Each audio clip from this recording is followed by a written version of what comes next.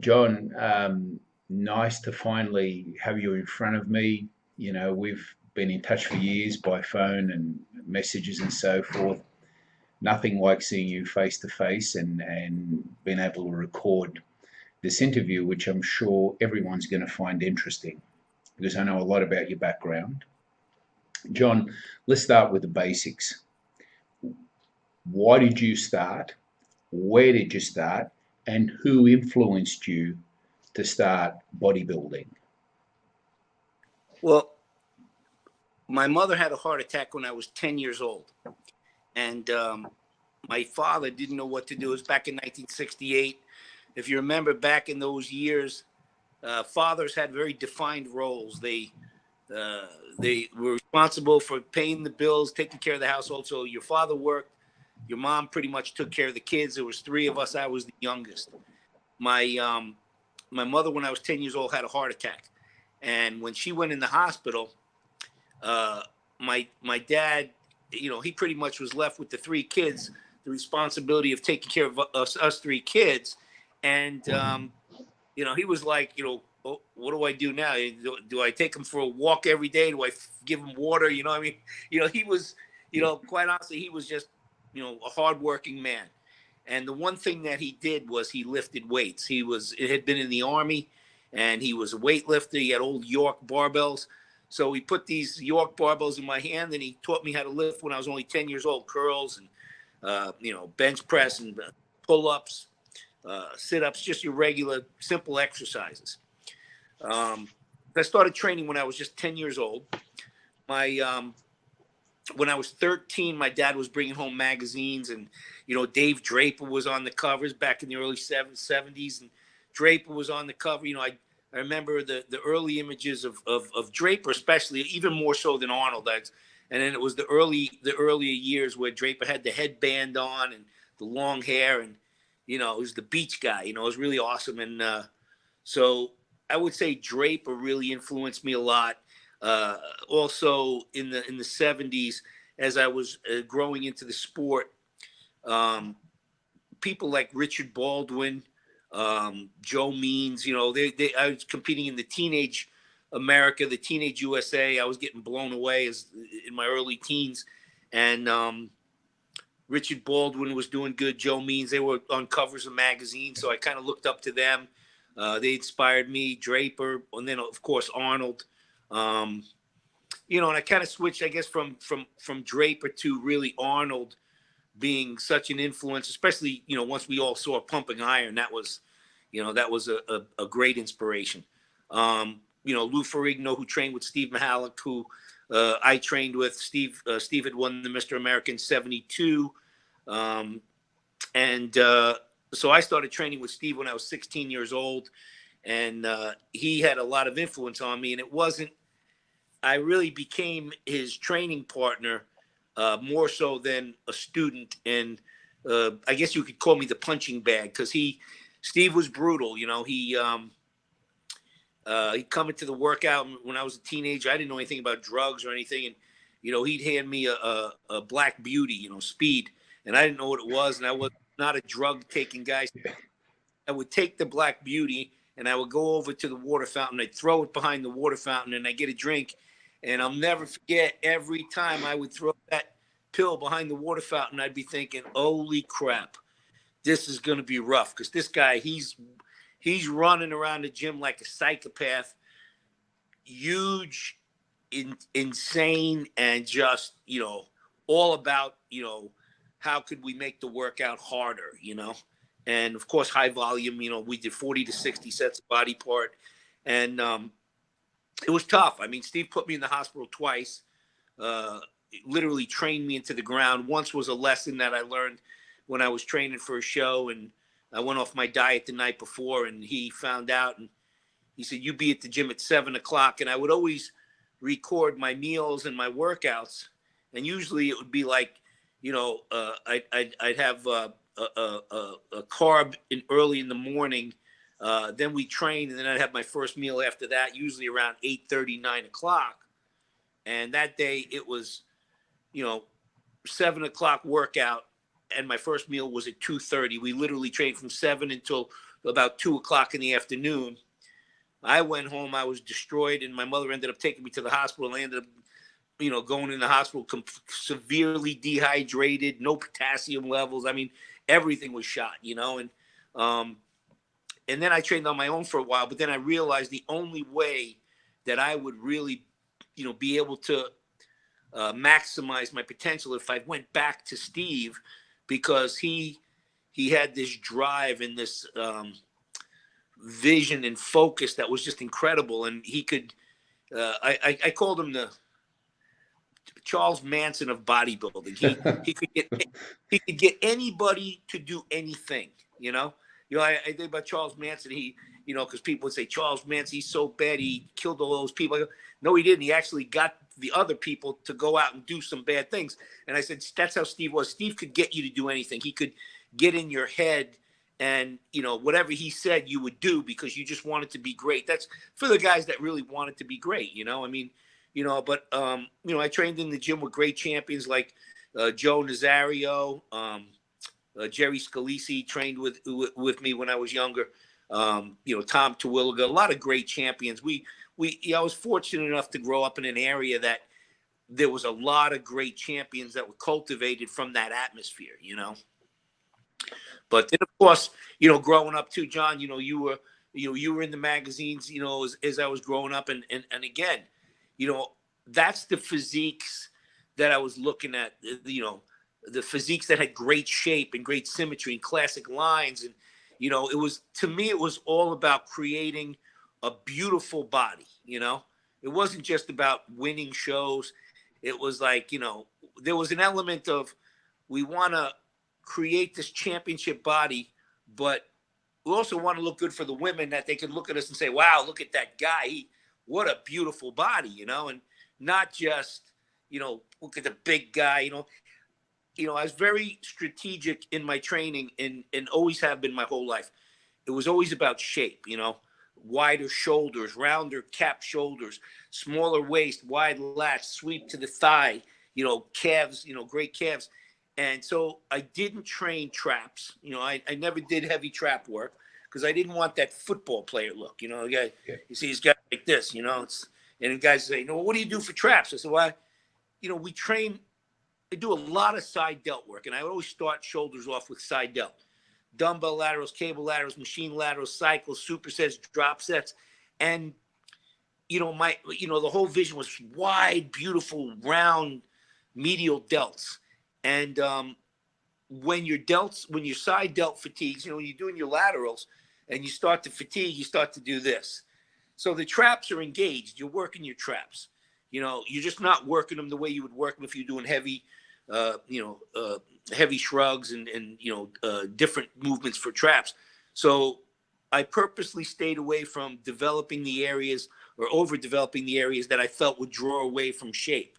And again, it's people like, you and Samir Bannout, people that had beautiful shape that, that's what I wanted. I wanted that shape. I didn't just want to be a big boxy bodybuilder, and then, early on when I started hitting the vacuum shot, I had one of my magazine covers, I had DeFendis, another Zane. And, so, I started working on the vacuum, perfecting the vacuum, which, was, one of my trademark shots. But it was always about shape and symmetry and beauty, and, I look at the bodybuilders today, and, I don't like to cut down, people that are working to achieve something, but it's just changed so much. I'm not a fan of that giant bulbous look, especially, when they're using synthol and stuff that's making the muscle look more deformed than, beautiful, So, John, you and I both are from that type of school. We don't deal with participation awards. Right. People these days don't understand it. The way we were brought up into the sport, I'm not sure which had more severity thrown at him. Steve took you to the beach one day when you asked him, what Yes. have I got to do to become Mr. USA? If you could just elaborate on that. And Sure, I sure. Yeah. mean, the guy meant no harm, I'm sure, but No, it Steve, was, yeah. Steve, it's like a car with no governor. He was, Steve was. I mean, he really was a rare individual. He was really brilliant when it comes to training. Um, but he really, you know, it's hard to say. There was no line, there was no limits. The guy was just a maniac, and I remember the day really perfectly. We did legs that morning, and what he would do is, he had a Corvette, and we do this 60 set leg workout, insane, crazy stuff. And then at the end, he'd have me on a hack machine, and I'd have to do 100 rep hacks, real strict 100 rep hacks, and nonstop. And he'd have somebody watch me, stand over me in that last set while he was warming up the Corvette outside. And then the second I was done with that 100 set hacks, I'd have to run to the car, get in the car, he'd drive down the block, and he'd have me do 10 100-yard sprints forward and backwards. I was falling down, getting up, falling down. I mean, it's all these crazy things. So at the end of that, this is training for the first USA 1979. At the end of that, we're in the car and we're driving. And Steve was not my friend. It was a love-hate relationship.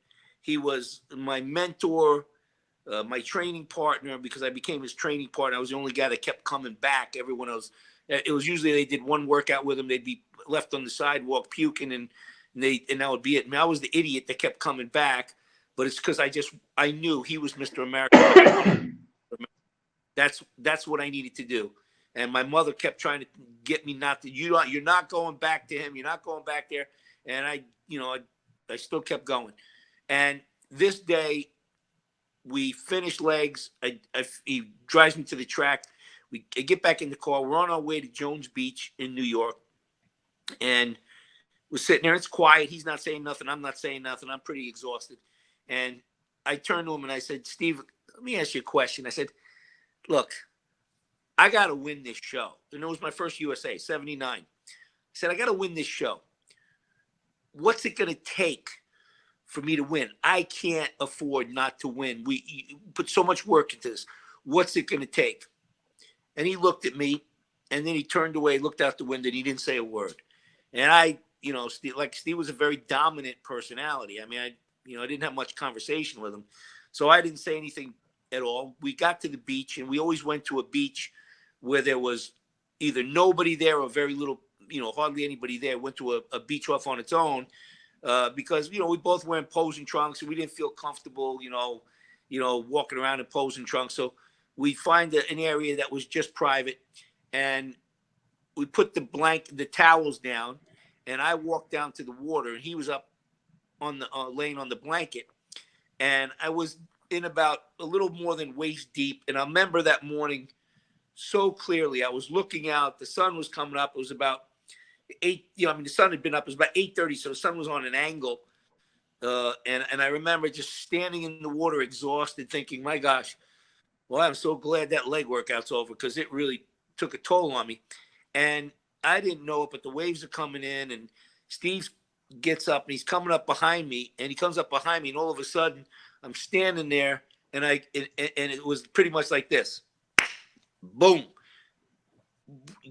Slams my head and puts my head under water. Now I have no idea what's going on. I'm totally oblivious to what just happened. And then as I'm underwater trying to get up, I realize Steve's holding me underwater. And obviously the first thing is tremendous fear. Like, has he finally gone off the edge and lost his mind, and he decided he wanted to drown somebody, And this is what I'm thinking. And he's holding me down. And so I'm trying to punch his legs. I remember he's holding me down. I'm trying to punch his legs. And then for a second, he pulls me up, and I barely get a breath. He shoves me back under, and he's holding me down there and everything. And then finally he pushes me away, and he walks up to the beach.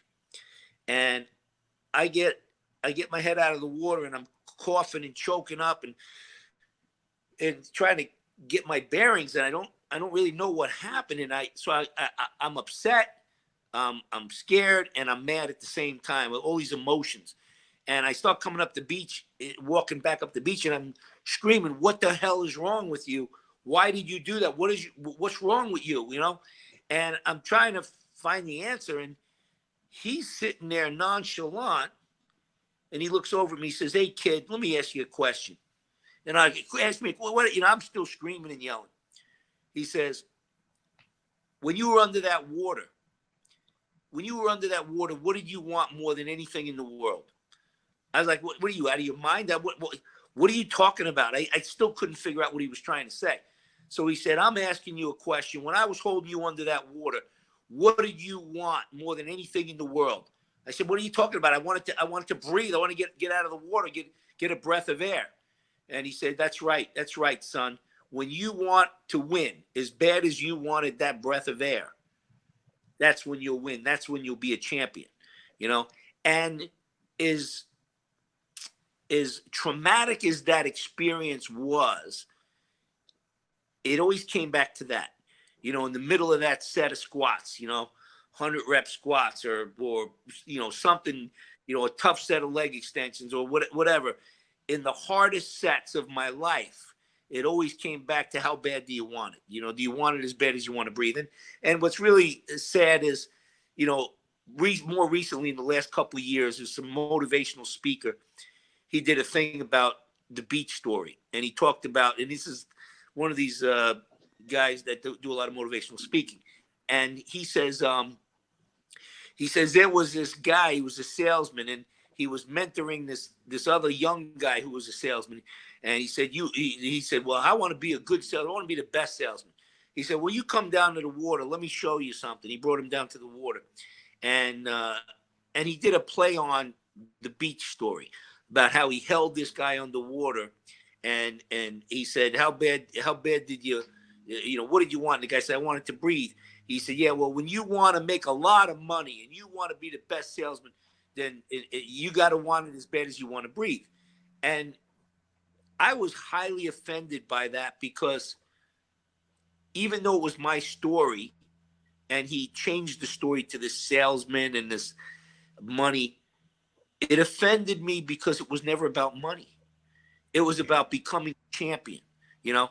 And people like yourself, John, who are great champions, you can understand that. And you can understand, look, you know, our life is not defined by money.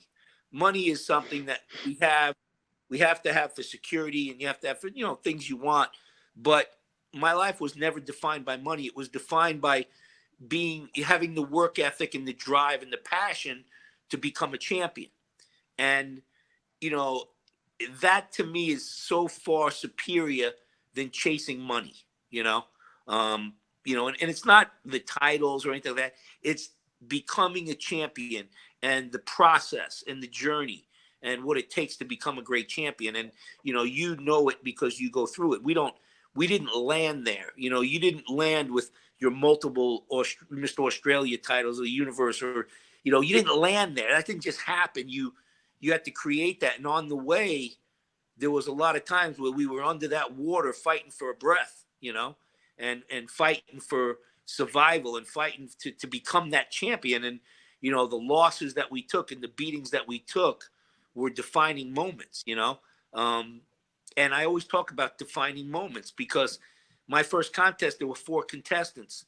And, you know, I thought I won. My friends told me I won. So when we went back at the night show, and they called out the winners, Dwayne Broadway, Casey Kacharik, they were calling out the winners.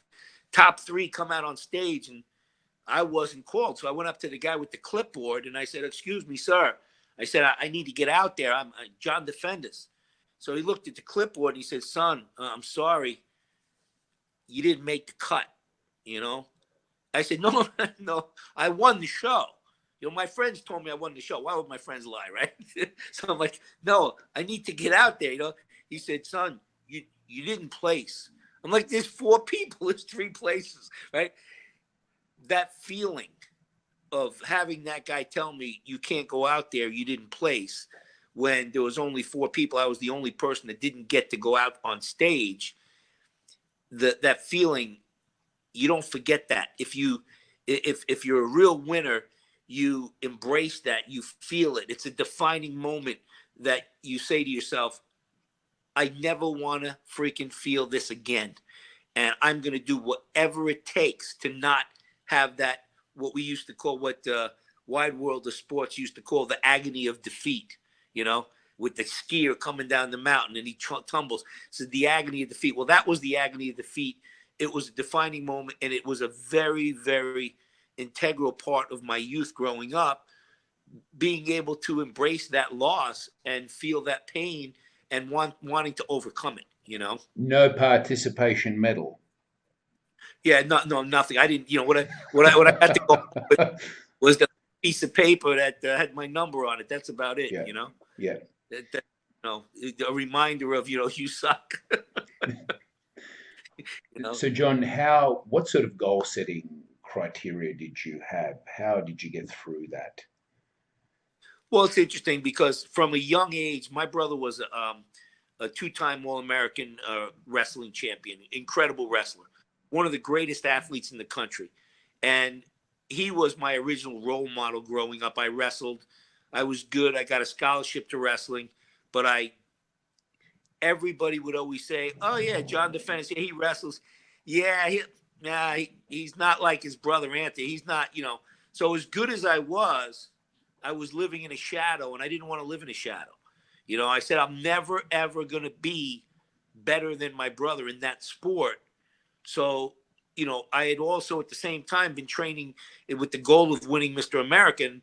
I abandoned wrestling at that time, and I put all my energy and efforts into bodybuilding.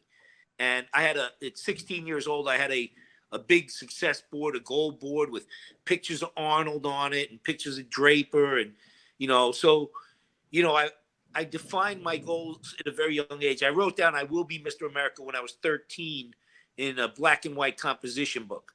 And I actually had a dream when I was 13 that I was being given the Mr. America trophy from reading all these articles. And I woke up in the middle of the night, and back then I had the pinstripe pajamas on with the buttons. And I remember I unbuttoned my shirt, I ripped my shirt off, and I'm posing in the mirror. And I was like a skeleton with a wig, you know, no muscles, long hair, and no muscles. And I'm doing most muscular shots with nothing. And the next day I wrote down, I will be Mr. America. And the journey started really there. And then it really went on to, after losing multiple contests, I said, if I want to be Mr. America, I have to find the person and get the knowledge necessary. And that's when I sought out. They said Steve Mihalik was Mr. America, and he was, you know, about 20 minutes, 30 minutes away from my house. So I got in the car and I drove there, and that's really where it started with Steve. But, you know, the biggest thing that I've learned is it really comes down to this. You have to dream big. You have to set short-term goals and long-term goals, especially that definitive long-term goal. You have to acquire the knowledge necessary. In this case, you know, what better person to train with than Mr. America if I want to be Mr. America? Yeah. And then you have to be relentless in the pursuit of that goal, which I preach every day to our clients. You can't dabble in weight loss. You can't dabble in fitness. You can't dabble in bodybuilding. You either attack it, or you know what? You're just going to go to the gym and exercise, you know? And I always tell people there's exercising and there's training. You know, a person can go through the motions. They could throw weight around, you know, but if you're really training, it's very calculated, it's intense, and you're utilizing the muscle, not momentum and everything else that comes with it, you know? John, you had 2 really good mentors. One of them was Steve Mihalik. And I also know you had an association with Bob Gruskin. Yes. How did your nutrition come together? Which one of these guys? Was it both of them? How did you eat to recover from those workouts? I've never seen one person come from Bob Gruskin who hasn't been in exceptional shape. Everybody that's ever dealt with him is the most ripped, the most conditioned athlete on stage. It never fails. Right. So I want to know the background, because even though I saw all of this, I wasn't in there.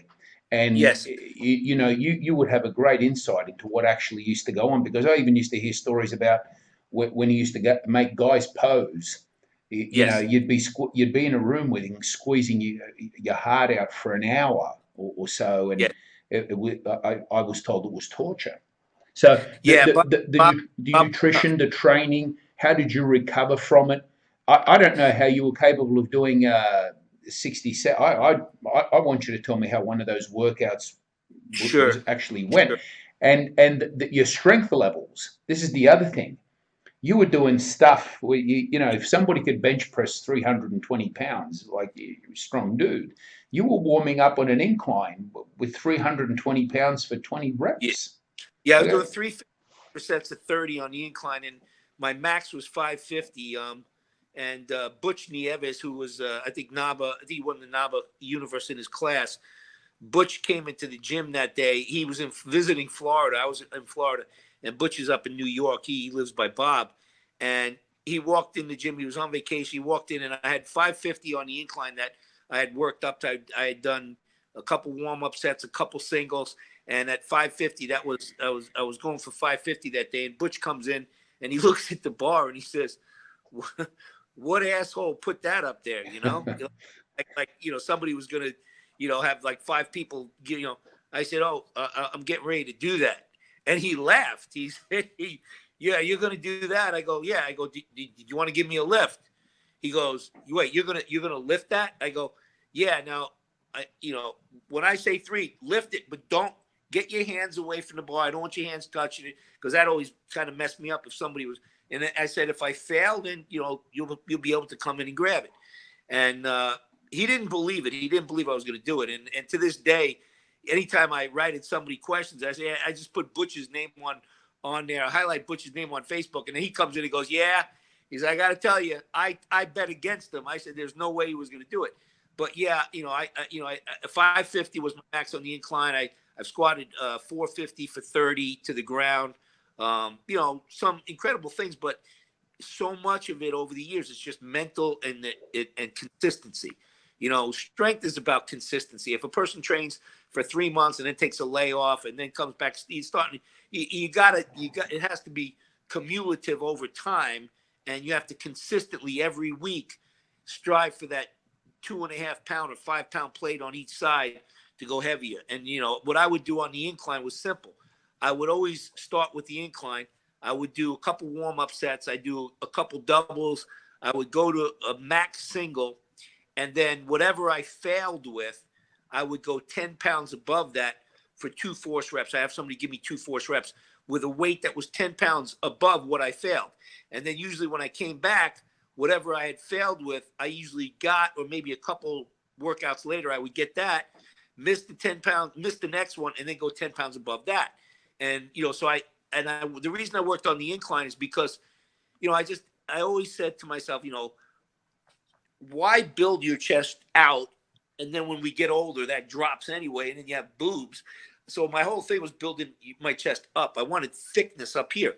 So, heavy inclines, incline dumbbells, incline flies, bench presses to the neck, to the throat, high up on the clavicle. And that's what we do with my program, even with, people who are trying to get in shape. We put a lot of emphasis into upper chest, women, upper chest, men, upper chest, and quite honestly, I'm thankful I did, because in the last few years, even training you, I lost a lot of muscle in the upper chest, just kind of lose that there. And I still have pecs rather than boobs because I built it up. So you lose that, you still got, he still looks good. My pecs still look, they don't look bad. They don't look like they're down here, And so getting back to Bob, it's real simple. I met Bob at the Teenage America in the mid 70s, and I was competing, and he sat next to me, and he was training. So he is a photographer, he would shot pictures, and he came over and he sat next to me, and he said, "I'm Bob." I'm like, "Yeah, how you doing?" And I wasn't real friendly, and he grabbed my arm, to feel my arm, and I was like, "What are you doing?" I pulled my arm. What are you doing? He said, "I just want to see what kind of shape you're in," And I was like, well, who are you? He said, well, I do physique photography, this and that. And that's when I met Bob. And then, I got to know him and we became friends. And then I guess it was a year later, I had tonsillitis and I went in the hospital, and Bob came down from the city, came down to Long Island, and he came to visit me. And Bob was helping Ron Tufel at the time. I don't know if you remember Ronnie Tufel, great athlete. Yes, yeah. And he said, hey, look, I had Ronnie sign a picture for you. And he gave me a picture of Ron Tufel. And I was 16. I'm looking, oh, man, yeah, Ron Tufel, I think he won the Mr. USA that year or 1 year around there. And I was like, wow, man, this guy gave me a picture of Ron Tufel, And so me and Bob became friends. And then he started to help me. And really, as a teen, Bob didn't do a lot with me. He helped me a little bit with diet. But really where Bob came in was after I never took anything till I was 21. I took third in the USA clean. And then, I realized I had to do something. I went to Dr. Arthur Ludwig in New York. He was a great doctor. And he was my doctor. Oh, was he? He was my doctor as well. Yeah. I mean, Ludwig was incredible. So actually Bob took me to Ludwig, and, he helped me out with Ludwig. And then what happened was Steve was the chemist. He'd be like, hey, well, you got to do this. And what I would do is go to Bob and say, Steve did this, said this. And Bob goes, no, you end up dead, And so Bob was the governor on my engine. He was the guy that kept me grounded, and he basically taught me, listen, if you got a headache, do you take aspirin? Yeah, I take aspirin, or I don't even know if they had Tylenol back then, but it was really aspirin. You got a headache, you take 2 aspirin, right? And I said, yeah. He said, how many do you take? I said, I got a headache, I take 2 aspirin. So he said, well, why don't you take 100 aspirin? I said, what do you mean? He goes, if you take 100 aspirin, wouldn't that make your headache go away 50 times faster? I said, no, it'd probably kill me or hurt me. He said, exactly. He said, that's why the guys that are abusing drugs are going to end up dead or end up having problems, because the higher dosages don't give you better results. They give you side effects, and I think that's one of the most important things. There's several lessons Bob taught me. One, it's not about taking a ton of drugs. It's about training hard and being able to recover. And what you do is you utilize what you need to recover from the workouts. You make sure you're eating the foods you need to be eating. And he helped me with nutrition, and then and getting enough rest. Those are the 3 factors. And then the other thing that Bob taught me is bodybuilding is not let me put the light on here so it's a little bit lighter.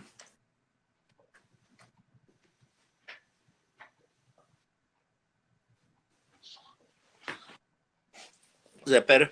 Yeah, all good. The other thing he taught me was bodybuilding is not a career. It's a hobby. Don't put all your eggs into that basket, because it's not gonna. You're not gonna. In the magazines, they show pictures of the bodybuilders next to the Rolls Royces and sports cars and big mansions, and Bob would say, "Look, that's not the truth. That's all show." And I listened to him. My career was in the gym business and training is like you, and and so bodybuilding was something you did, but you didn't make a living from it. People think, oh man, you must have got a lot of money you got the Flex cover and all these magazine covers. Heck, if we were on the cover, we may get some exhibitions, make a little bit of money, but we weren't going to make a living from it. We weren't going to make a killing from it, So, but Bob kept me grounded, kept me alive. Was very, very a brilliant man when it come to anabolics, a brilliant man when it came to nutrition, and really cared about all of us, and still does. I talk to Bob, on a regular basis, and he really, really had a heart of gold to want to help people, and I think that the posing sessions, Bob had this little mirror, little back of a door mirror, and he'd set it up in the basement, and you'd be posing there for hours, and you hit it back double bicep. No, that's not how you do it. You got to arch it back. bring your arms back, roll your arms back. And, he had you contorted in positions, and like, hey, Bob, this hurts. I don't care. Hold it. You got to hold it. And but yeah, it's everything. There's so much to Bob. It wasn't just about the anabolics, about the nutrition, about training, because he knew a lot about training also. Posing, he knew a lot about posing. I mean, he was a physique photographer for years, so he really was great at helping us pose. But there was so much that he did that a lot of people really don't, they don't appreciate. They don't, they just go through life. Hey, that was, I call Bob consistently. I tell you, I love you, Bob. You were there. You changed my life. He was as much of an influence on me as Steve was, in two different ways. They were the yin and yang. The I don't want to say we've lost him. Say good and evil, but it was. Yeah, Steve was very intense, and I needed Bob to balance that out, because I probably would have pushed the limits. Can I ask you about, because these two guys are really interesting characters. I didn't live far from Bob, and I didn't realize that until I met him backstage at the Never Mr. Universe, where that year I got second. And in his New York twang, he goes to me, "Come on, John, why don't you do a number for me tonight?" And I got second.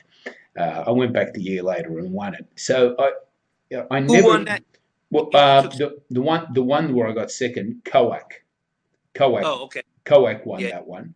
Then a year later, I got in really good shape, and I was hoping for Eduardo to show up again, because when you win these things, you want to be competing against the very best in their very best shape. And I made a lot of improvements that year, But I remember talking to him backstage, and he was a really nice guy. Now, between Steve and him, what did he think about the 60 sets per workout? What was Steve recommending for nutrition? What was Bob recommending for nutrition? And then we even had to have the same doctor, Ludwig. I don't know what happened to him. I would guess he was old, and unless he lived to be 130, he's probably gone. Yeah, I think he was in his.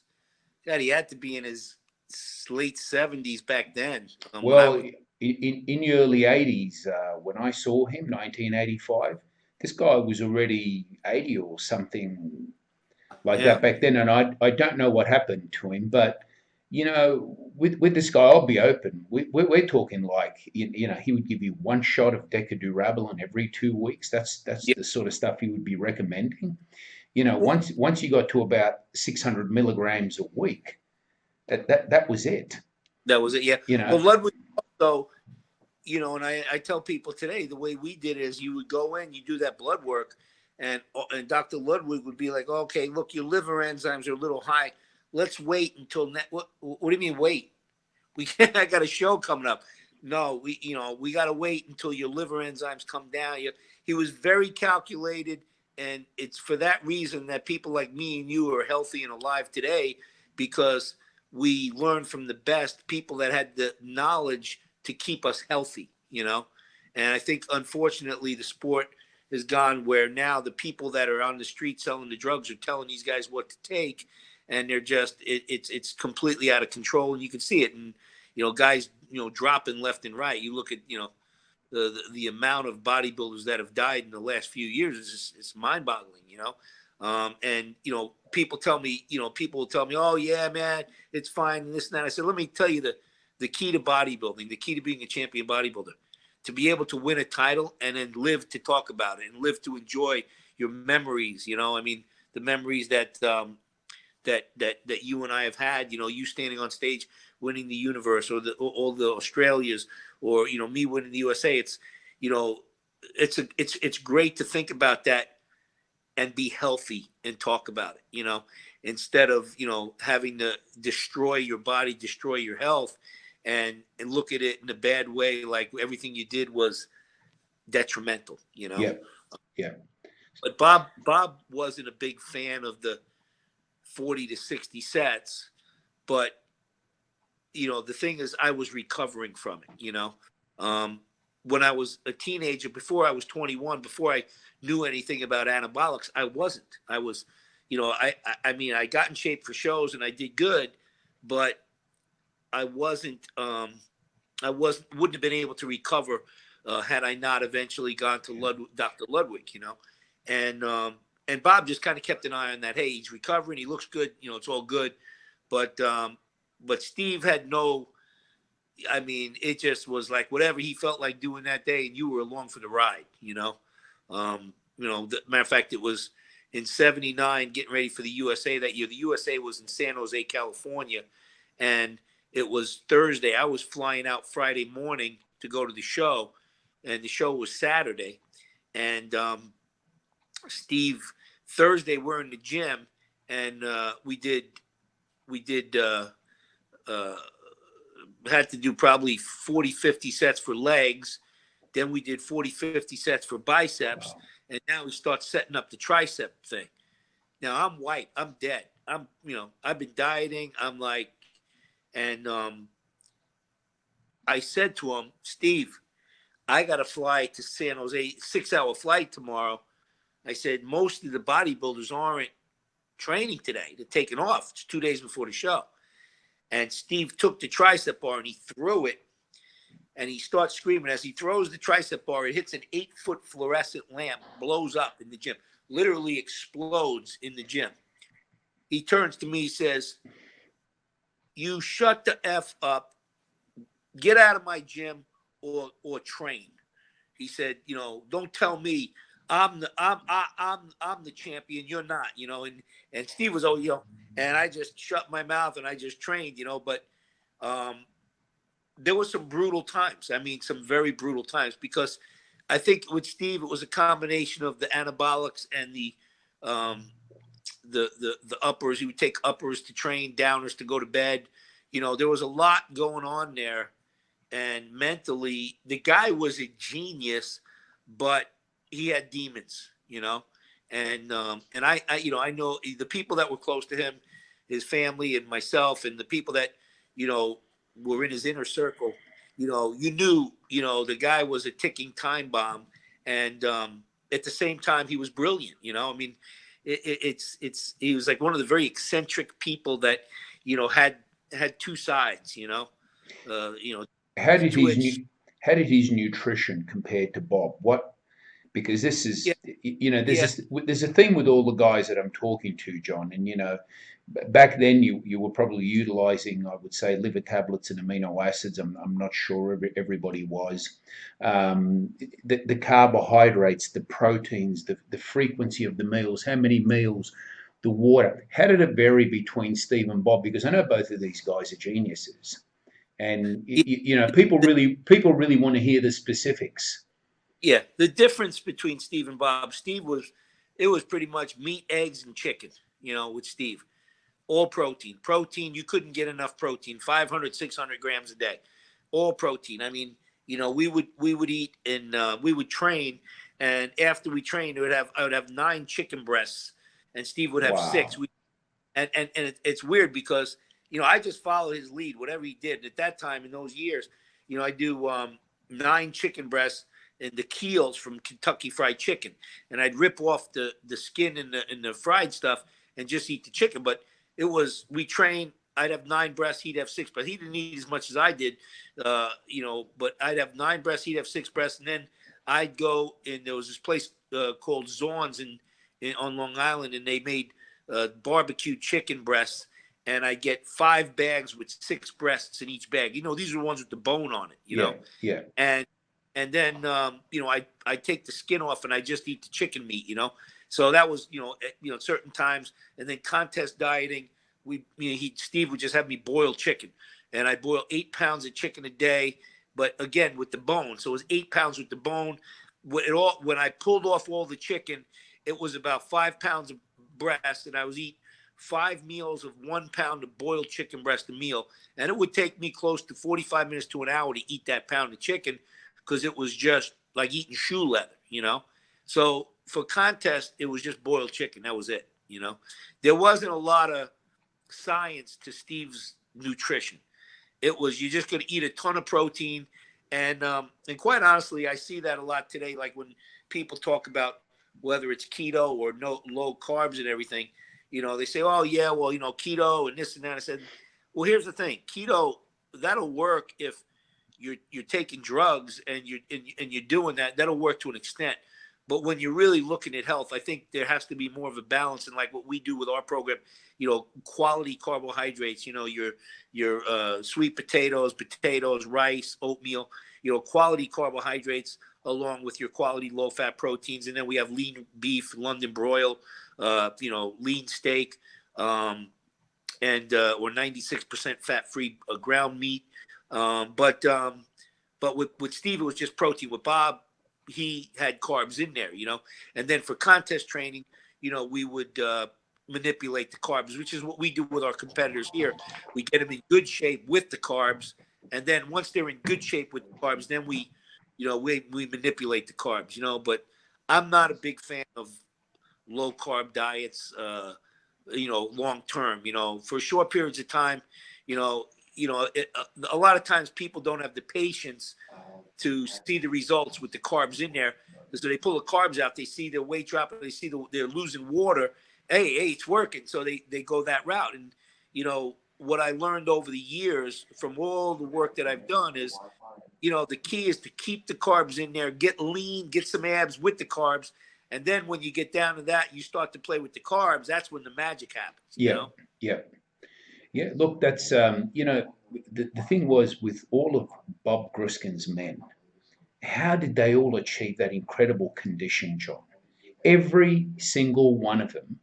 That and I, I that's how remember they. Richie Beretta, yourself, Yeah. I think even John Natashak, Yep. Mike Antorino. You guys were like paper thin skin. Rob Harab. But another one, He you know, still Rob still looks good. It amazes me. You know. and I'm just not sure, you know, what was going on with Bob Gruskin because it was consistent throughout everybody that he worked with.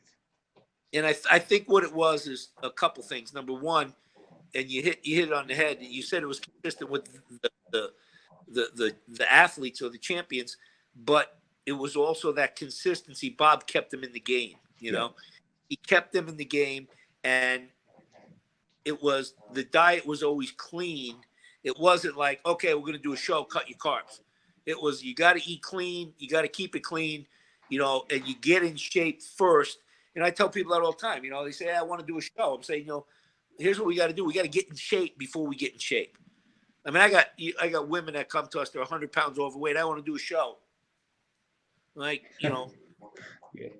we got to get you in shape to be on the beach, you know, or to look good in the bikini before we go to the next level. And I can appreciate the fact that they have these high goals, but you also have to have those short-term goals, and you have to be realistic. You know, say, here's what we're going to do. We do some incredible things with our clients and our competitors, but still, you know, I'm not David Kopp. I'm not a magician. I can't. You know, you have to go through that process. You know, and I think that that's really what Bob would do, is take us through the process. Hey, listen, you know what? It's okay to eat the carbs. It's okay. Have the carbs. Just keep it clean, you know? So, John, tell me, I've got a lot more questions to ask you, but I did want to find out about your business and how it all works. Now, from what I've gathered, you teach a group of personal trainers how to do things correctly. Yes. They've probably already gotten their qualifications, but when they're coming to you, you know, you're taking them to a next level. And I'm not sure what happens from there on, because you even told me you have a house that's got like all these seats where you use it as a little amphitheater to teach these people.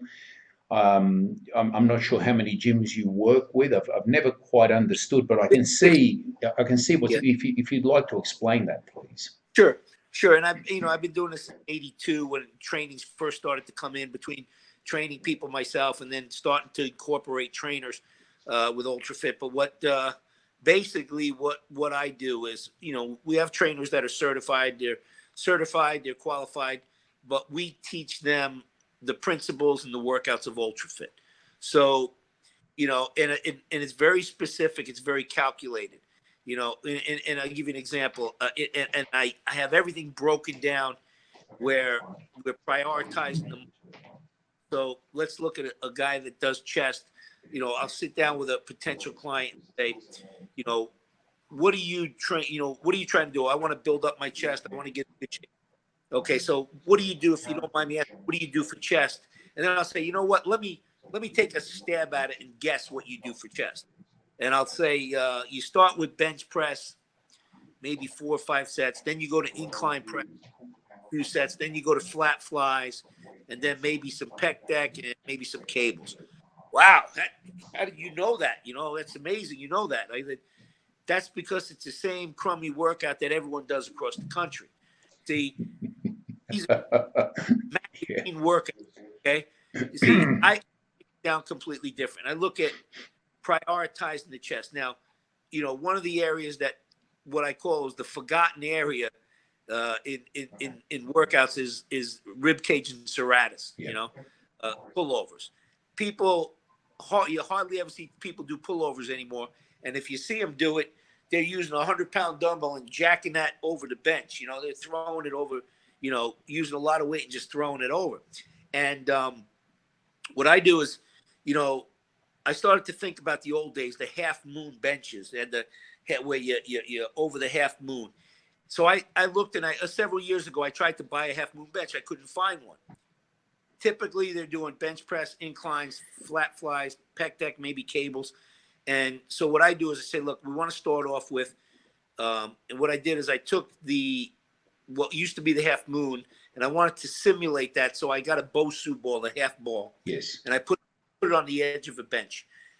Put the back across the top of that ball, so the smaller your back is at the ball, and your chest is at the top, your back is at the top, so your chest is up high. And then I have somebody hand a straight bar on a low cable, and real strict, stretching that rib cage out, deep breath, pulling it over, dragging that weight over, and we do 20 rep pullovers. Now, 5 sets of those, you get up, your chest is high, you feel your rib, everything. It's just I'm amazed, because I just came up with this just a few years ago, and I started to do it, and it changed the game. So I start off with 5 sets of 20 rep pullovers with the cable. And then I say, look, what we want to do is we want to get the blood into that upper chest. We want to stretch out that rib cage, get a good warm up. And the pullover is a great exercise. It's also good for getting that warm up in. And then from there, incline presses or incline dumbbell presses, incline cable flies, presses to the neck, all upper chest, upper chest, upper chest, upper chest. After upper chest is trained, we go to flat flies, pec deck, cables, and then finish with chin on chest dips for lower pecs, you know? So we're working rib cage and serratus, upper chest, upper chest, upper chest, middle, middle, middle, lower, and hitting everything. So, and, you know, so what I explain to people is, you know, I tell them this, if I were to say to you, John, hey, listen, I'm going to take you through a workout. Here's what we're going to do. We're going to do 4 sets of barbell curls. Then we're going to do 4 sets of dumbbell presses. Then we're going to do 4 sets of preacher curls. And then we're going to do 4 sets of leg extensions. You're going to say, well, that doesn't really make sense. Why am I jumping all over the place? Why would you do biceps, then do shoulders, and then come back to biceps? All right. So, and so when I mention that to people, they say, well, I wouldn't do that because you're all over, you know? Okay. So why would you go from middle chest with bench press, then you're working upper, then you're going back to middle with your flies? My philosophy was always, we want to find the areas that need the most work. We want to prioritize those, congest that area with blood, train the hell out of that area, and then move on to the next area. So we start with rib cage and upper chest, upper chest, upper chest, upper chest, middle, middle, middle, and then finish with lower, you know? And the same thing with all body parts, like shoulders. Everything we do practically works front delt. Your inclines work front delt, presses work front delt, your pec deck hits that front delt. So many things hit that front delt, but the only thing that hits side delt is your laterals. So years ago, and this is after Mahalik, because Mahalik was we just trained. I mean, there wasn't much rhyme or reason with this, but it was years later. I said I really want to prioritize muscle, and with shoulders, everybody, the first thing they do is presses. Why? It's a hard exercise. Let me get that out of the way. They said, and plus they want to handle that weight. Well, several things. As I got older, I realized I want to prioritize the side delt, the medial delt. So when we do shoulders, we do dumbbell laterals, cable laterals, machine laterals, drop sets, supersets, all side delt. I do like 25, 30 sets of side delt before I go to front delt. Now, as we get older, if we do that, by the time we get to front delt, or we can't handle the heavy weights that we would use if we started the workout, but we also don't need to. In other words, if that muscle's fatigued, let's say I could normally use a 120-pound dumbbell on presses, and now let's say if I fail with a 120-pound dumbbell at 10 reps in the beginning of the workout, or if I work all side delt and now I'm failing with a 50-pound dumbbell for the same 10 reps, and I always ask this question, I always ask a new trainer, which would give me more growth if I'm able to use a 120-pound dumbbell for 10 reps going to complete failure in the beginning of a workout, or if I do the presses towards the end of the workout and I can only use 50, but I'm still failing at 10 reps with the same amount of exertion. Well, their answer is usually, that 120-pound dumbbell. So at that point, I say, so what you're telling me is your front delt actually looks up and says, oh, look at John's using that 120 pounds. We got to grow. That's not the case. Your shoulder has no idea what the weight is of the dumbbell, but it does know you're using X amount of muscle fibers to push that weight to fail at 10 reps. So we're still engaging everything we got for the same 10 reps. But what we're doing is we're saving the joint. And unfortunately, I didn't do that 2 years ago. I'm handling 330 on presses and doing sets of 12 with the machine on pushing it with everything I got. And you wear out your joint, because at 60 years old, your joints aren't like they were when we were 20, So the pre-exhaust on, a lot of stuff we pre-exhaust so that by the time we get to the tough exercises, we can spare our joint, because my shoulder joint is going to do a lot better with a 50-pound dumbbell for 10 going to failure than it's going to with a 120-pound dumbbell for 10 going to failure, Thank you for explaining all of that, John, because you did it quite eloquently, and I've often said the same thing, but not with the sort of examples you've used, which is really great to hear.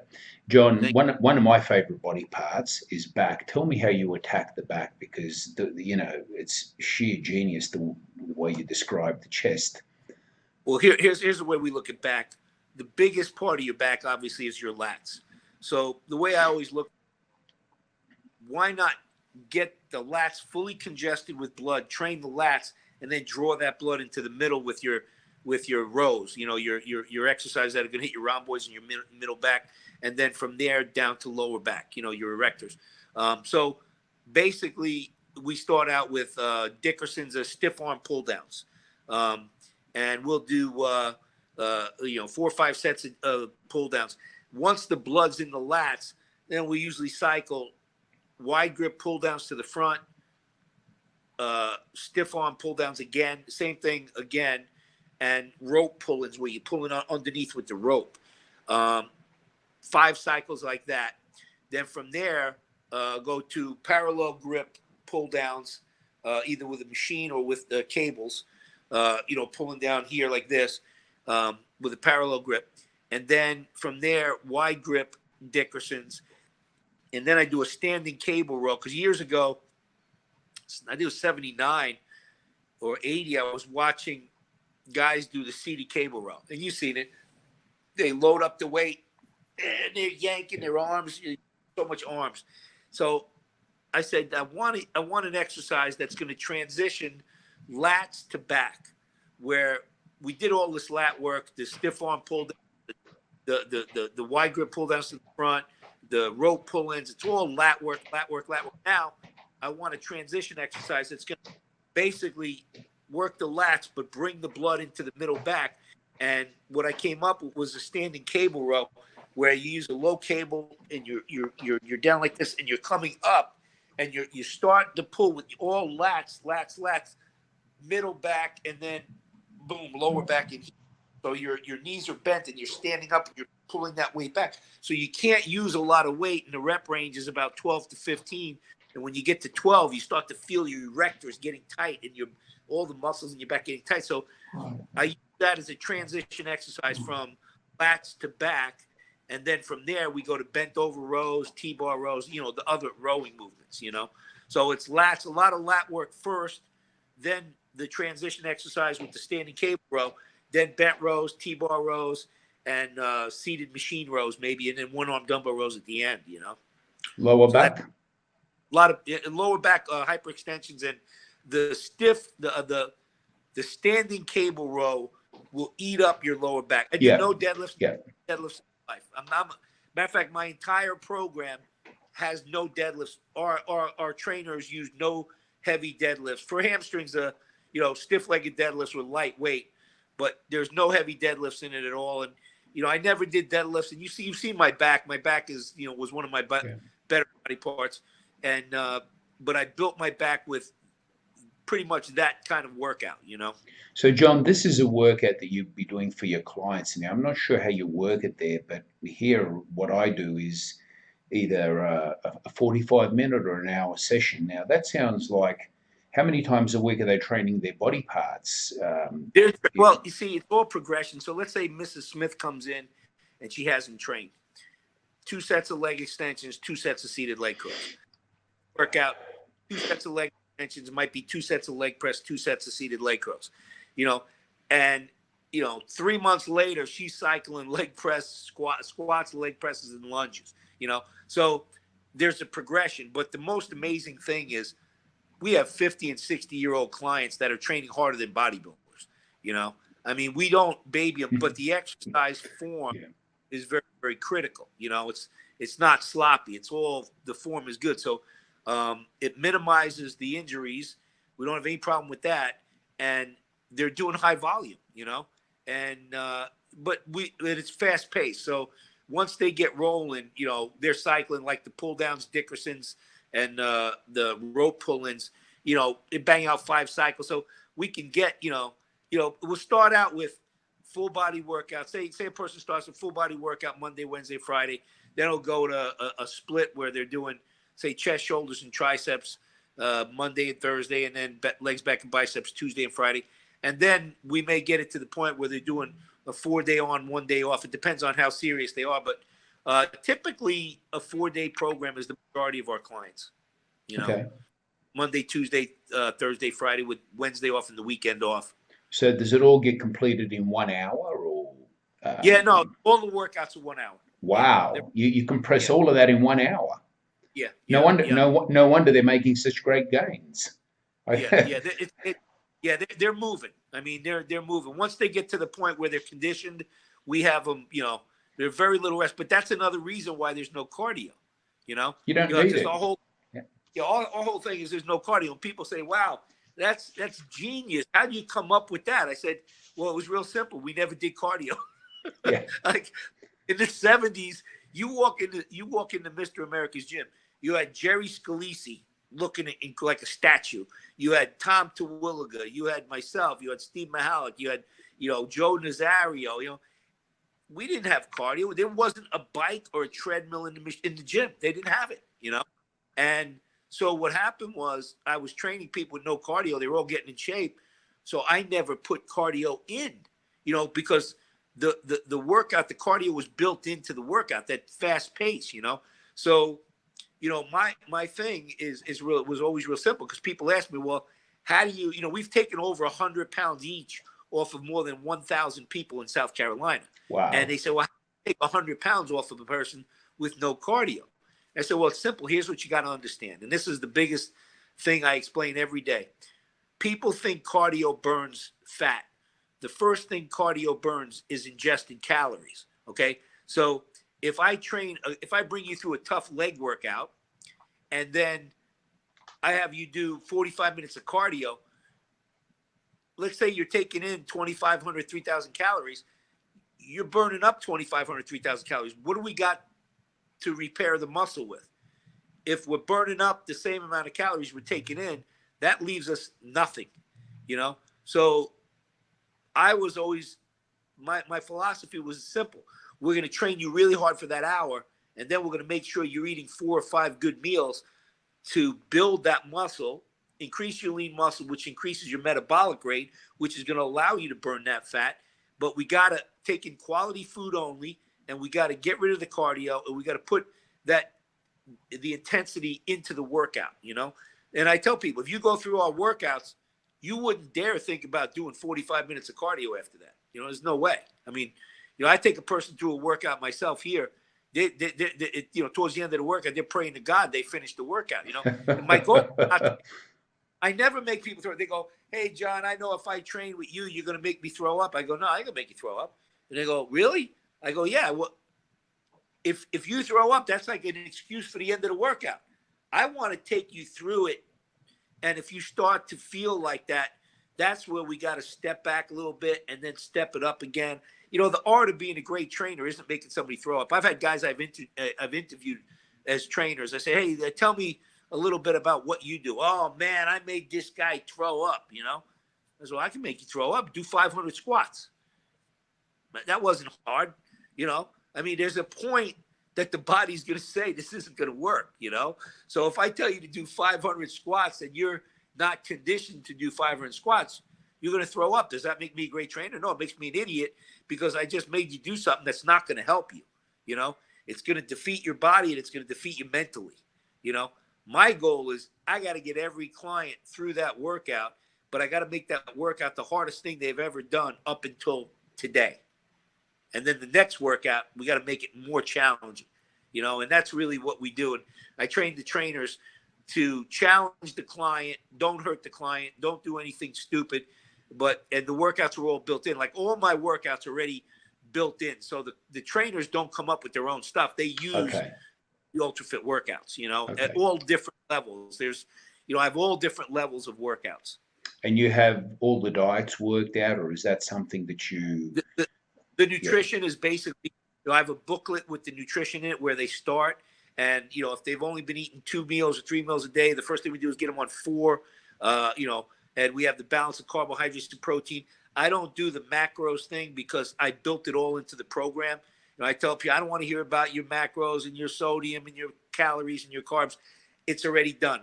Here's your choices. Here's your food. Here's your quantities. Pick one from this group, which is your proteins. Pick one from your carbs, pick one from your vegetables and your beverage. And there you go. That's your meal. And here's your meal times. And then as we move forward, we have them do food logs, keep track of their food. And then we make the adjustments in the program as they move forward according to how their body is responding, you know? John, that sounds like a great system. And, you know, to be quite honest, if anybody out there has got the smarts about them, and, you know, they're in your area, they should come to you. You've got it all worked out. You can't fail with what you've just described. It's impossible to fail if they listen to you. So I would highly recommend people would come to you, because I don't know if they can read between the lines, but you got it all sorted. So I can see why you've got so many people that are looking so good, and you show the before and afters. They're winning contests. It's now I know why. Yeah. Well, you know, thing too is what's really important when you run a training organization where you have trainers. What the most important factor is unity. If you have 3 if you ask one of my trainers about nutrition, you're going to get the same answer from this one, that one, this one, and that one. Okay. Yeah. If I had 5 trainers that worked for me, and you said, hey, what do you think about, you know, what should I be doing for my diet? And one of them said, oh, John, you want to do keto. Keto's the way to go. And then you go and you meet one of the other trainers and say, hey, yeah, well, you think I should do keto, huh? Oh, no, you should do the cabbage soup diet, you know? And then you ask another trainer and say, oh, no, you should do the South Beach diet. Oh, no, you should do UltraFit. You get 5 different trainers, 5 different answers. It's over. You're not going to get in shape because you're going to be so confused. Yeah. You know, and here's the thing, I make myself available from early in the morning till late at night for all the clients and the trainers. So if they have a question, they shoot me a message on Facebook. I answer it right away, or I get back to them right as soon as I can. Well, the biggest thing I learned is when it comes to weight loss and getting in shape, the second a person doesn't have the answer, their brain starts to think, oh, I don't know what to do. You know what? It's probably not going to work anyway. Let me go eat a pizza. Yeah. If you're unsure, your brain starts to make excuses and give you reasons to not eat healthy, And I tell people, look, I have all the answers. We have all the answers and we have them neatly packaged. And if you need your trainer, you reach out to the trainer. If the trainer isn't available right away, they have my phone numbers. And we have thousands of clients. And people don't take advantage. They don't abuse it, If they need me, they'll send me a message. Hey, John, what's the quantity of food on this if this is where I'm at? Okay, I can tell them what to do. But I never want them to not have the answers, because the second they don't have the answers, they start to think, oh, I don't know what to do. And I couldn't get a hold of John. I couldn't get, you know what? It's probably not going to work. Hey, let me go to happy hour, and have a drink, John, And so how many trainers do you have? How many gyms do you control? right now I have 6 gyms that we work out of. I don't own any gyms. Yeah. And I have about 70 to 80 trainers. Wow. Okay. Yeah. I mean, great. Florida, I had 350 when I was in Florida, That's incredible. I came up here to semi-retire about 13 years ago, and I took one club. We put some trainers in there, and then it blew up. Everybody, because up here, this was the 4th highest obesity rate in the country out of 50 states when we got. Now it's about 16. I mean, I think we made a big difference. We also have, menus in restaurants that they could go in and order ultra fit food right off the menu. That's great. So we do a lot of things that, reach out to the public, so people really, even people that aren't on the program, they can still eat healthier. Sure. So, John, let me ask you something. I'm not 100% sure of your contest background, but I do know that in a lot of the shows, even Victor Richards told me, you would walk out on stage and that would pretty much end the contest. You got the USA. I know you did very little in the pros. I'm not sure what happened there, but if you could just give us a summarization of what you competed in and all of that. Absolutely. I lost my first 9 shows as a teenager, and I learned everything I was doing wrong, and that, like anything, it's about progression. Then I won, when I was 18, I won the Teenage Mr. New York and the Mr. New York. I was the only teenager to ever do that, and that still stands. The year before Tom Terilli beat me, I took 2nd. Tommy won the teenage, and Tommy took 4th in the men's, and I took 5th. And I actually celebrated his victory the next day at my house with him. I had him come over. We had pictures with our trophies. But then the next year I came back and won. And then I took 3rd in the USA. I ended up winning 19 shows, Eastern America, the Western America, Northeastern America. And then along the way, I took 3rd in the USA when I was 20. And then when I was then I had won after that in Western America, Eastern America, some of those titles. And then when I went to in 1988, I won the USA. And then in 89, from 88 to 89, I traveled every weekend. I was doing exhibitions. I went to Europe, Belgium. I hit almost every state in the country, Michigan and New York and California and Arizona. I did exhibitions every weekend. I had an exhibition. But if you look at the twisting back shot or the hands up overhead shot that I have, those are exhibition shape. I was in almost contest shape for every exhibition. I would low carb for 3 days. I would carb up. I would dehydrate, and I would do everything as if I was training for a show. So the 2 shows that I had lined up at the end of the year, or at the end of that cycle, was the Niagara Falls show and the Night of the Champions. I was the poster guy on the Night of the Champions in '89 when I was training for that show, but I did about 20 exhibitions prior to that show. About 5 weeks away from the show, and my body just quit. I was guest posing at 236, like the shots you see me, the twisting back, the overhead shot, that was 236. My body completely shut down. It wasn't responding. I told Wayne D'Amelia, look, I can't do the show. I'm sick. I went to the doctors. My electrolytes are out of balance. I guest posed too many times, contest shape. And so they told me, look, if you don't show up, you'll be suspended for 5 years. You'll have a $5,000 fine. It was, so I had no choice. And it was really bad because, I took a lot of pride in being in shape, So when I went to the Night of the Champions, I weighed 211. Okay. Now, mind you, I won the USA at 225. I was guest posing in shape at 236. And now I don't have a cut on my body. I'm 211. I walked out on stage, and Mike Christian was in the front row. And he looks up at me, and you see the look on his face like, what the hell happened? So I don't know what else to do. I'm so embarrassed. So I go, Mike, check this shit out. And I'm hitting the most muscular, and he's looking at me like I'm crazy. Like, oh, man, look, man, and because I don't know. The only thing I knew what to do was just make fun of myself because at that point I was just embarrassed, Yeah. And I posed, and Mike was laughing after the show. He said, man, you DeFendis, you are crazy, man, And, but yeah, they placed, I think, the top 12. And then after 12, everybody was 12. So I don't really know where I placed, but it was, and there was Niagara Falls show on the Night of the Champions the following week. And then that was it. So then my whole thing was to come back the following year, train for qualifier, and then go to the Olympia back in shape. And then that's when a guy came over from France, asked me if I would help him train for the Mr. France contest. And I helped him. And he offered me some money. I said, no, I can't take any money. The guy, I was honored that this guy, he ended up going back and winning the Mr. France contest. And in France, I guess steroids were legal. And they had, he sent me a package with some, what do you call it? Parabolin in it. Yes. And I didn't know the package was coming. And I think it was in April of 1990, and they left a note in my mailbox. So I went to the post office and I said, I got a package, and they said, oh, we're sorry, there's no package here. It was like in the middle of April. Well, I guess he had sent the package. I didn't know. I hadn't talked to him. I didn't know anything about it.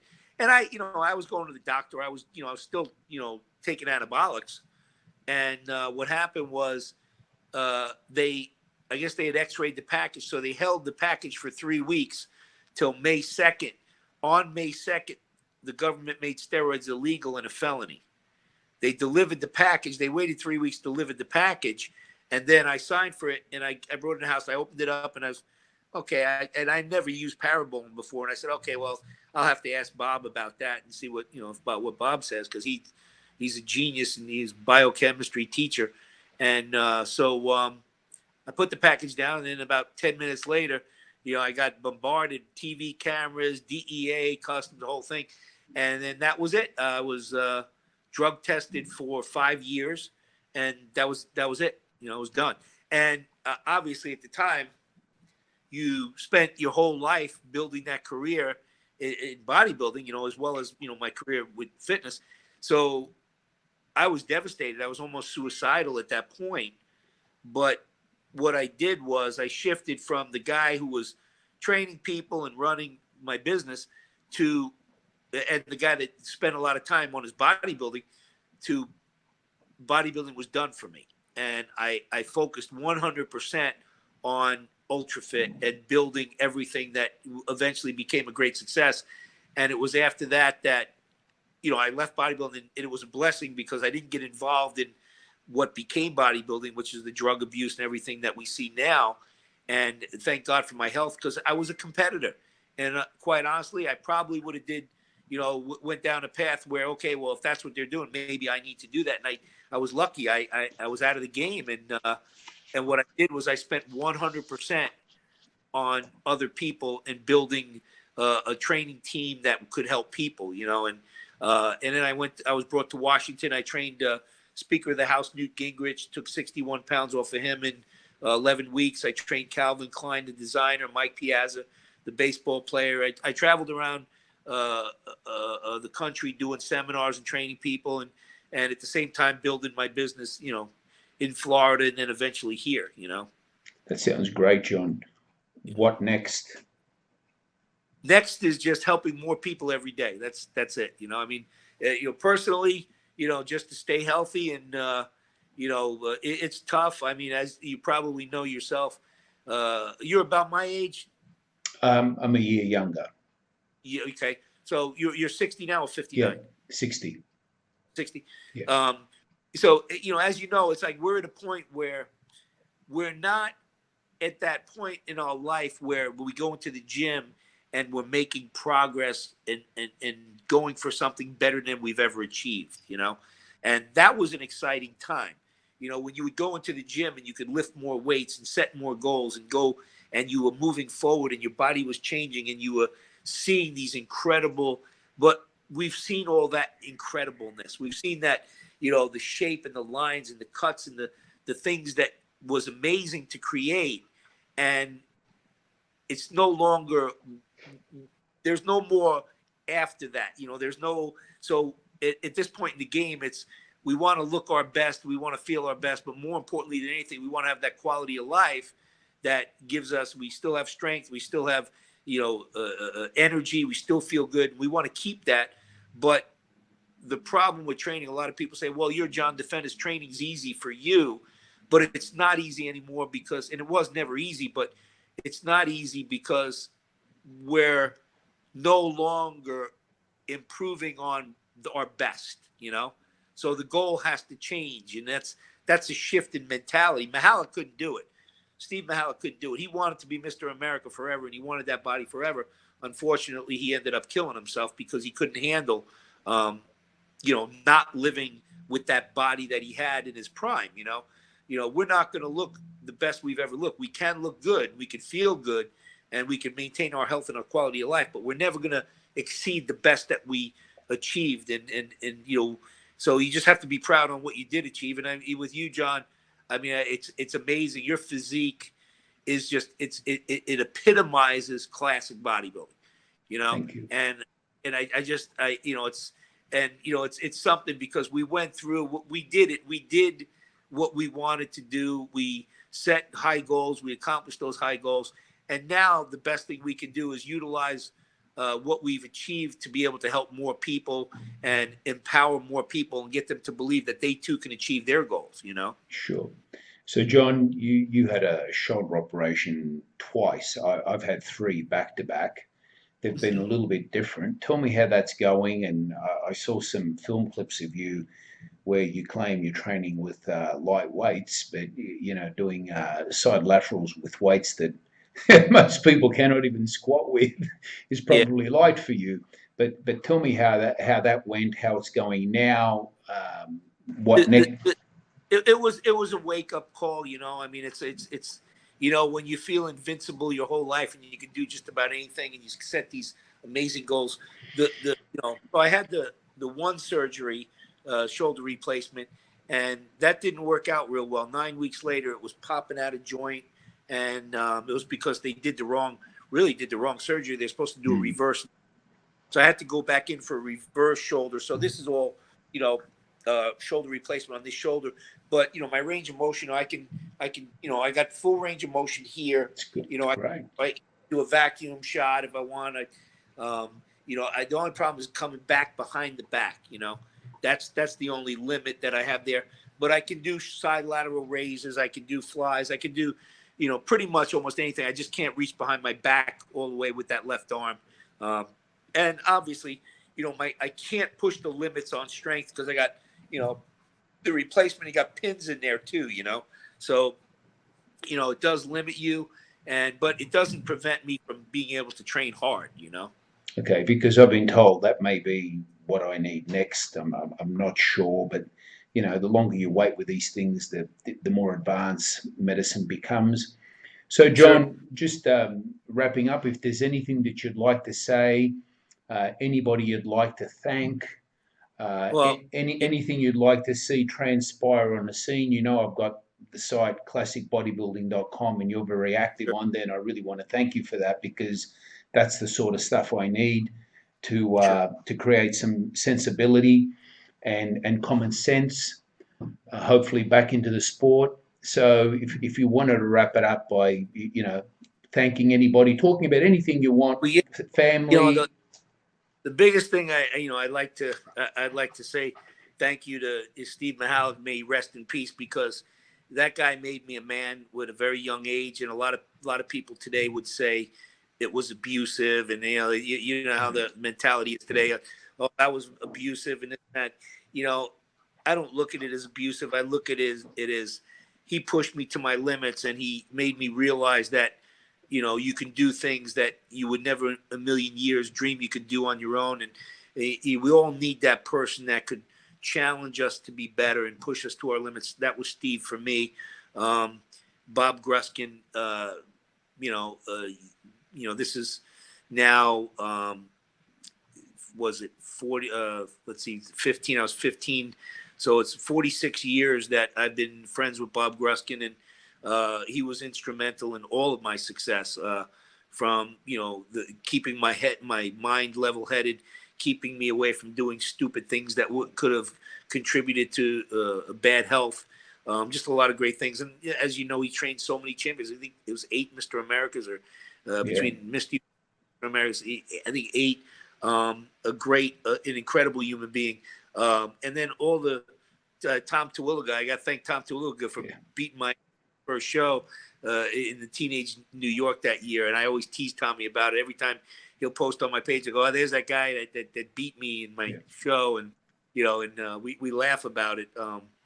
But you know, I've had a lot of great people and inspiration. You've been a great inspiration. And, you know, it's funny, John, because you don't know who you inspired or who we are inspiring. Yeah. You know, I mean, John Terilli from Australia, man, that guy's incredible. In the magazine pictures, and, you know, and all that whole generation back then, we all grew up in a sport where it was exciting and there was a lot of camaraderie, and it was different than it is now, you know. And I think a lot of it had to do with the fact that there was no money in it, you know.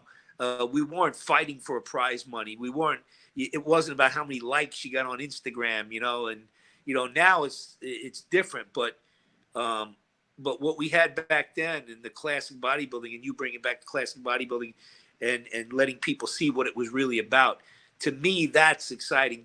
I'm a fan of classic bodybuilding. I'm not a fan of modern day bodybuilding. And although we do train competitors for shows, I don't go to a lot of shows anymore, because it's just changed. The whole sport's changed.